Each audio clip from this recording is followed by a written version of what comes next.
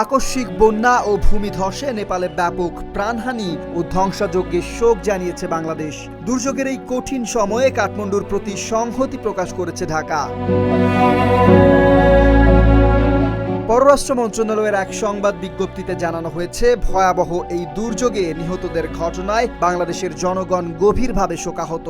একই সঙ্গে নিখোঁজদের দ্রুত উদ্ধার এবং আহতদের যথাযথ চিকিৎসা নিশ্চিত হওয়ার আশা প্রকাশ করা হয়েছে। এদিকে নেপালের পরিস্থিতি নিবিড়ভাবে পর্যবেক্ষণ করছে বাংলাদেশ। আকস্মিক বন্যা ও ভূমিধসে শত শত মানুষ নিখোঁজ রয়েছে।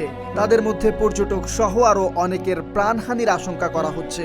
বার্তায় প্রধানমন্ত্রী তারেক রহমানের নেতৃত্বাধীন বাংলাদেশ সরকার এবং জনগণের পক্ষ থেকে নেপাল সরকার এবং দেশটির বন্ধুত্বপূর্ণ জনগণের প্রতি সংহতি জানানো হয়েছে। RICL TMX, যুগের পর যুগ স্থাপনা থাকে মজবুত। বাংলাদেশ বলছে, এই দুঃসময়ে নেপালের মানুষের পাশে থাকতে প্রস্তুত ঢাকা।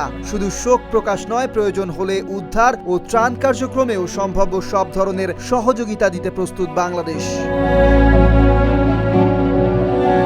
নিহতদের পরিবারের প্রতি গভীর সমবেদনা জানিয়ে নিখোঁজদের দ্রুত উদ্ধারের পাশাপাশি আহতদের সুস্থতা কামনা করেছে ঢাকা।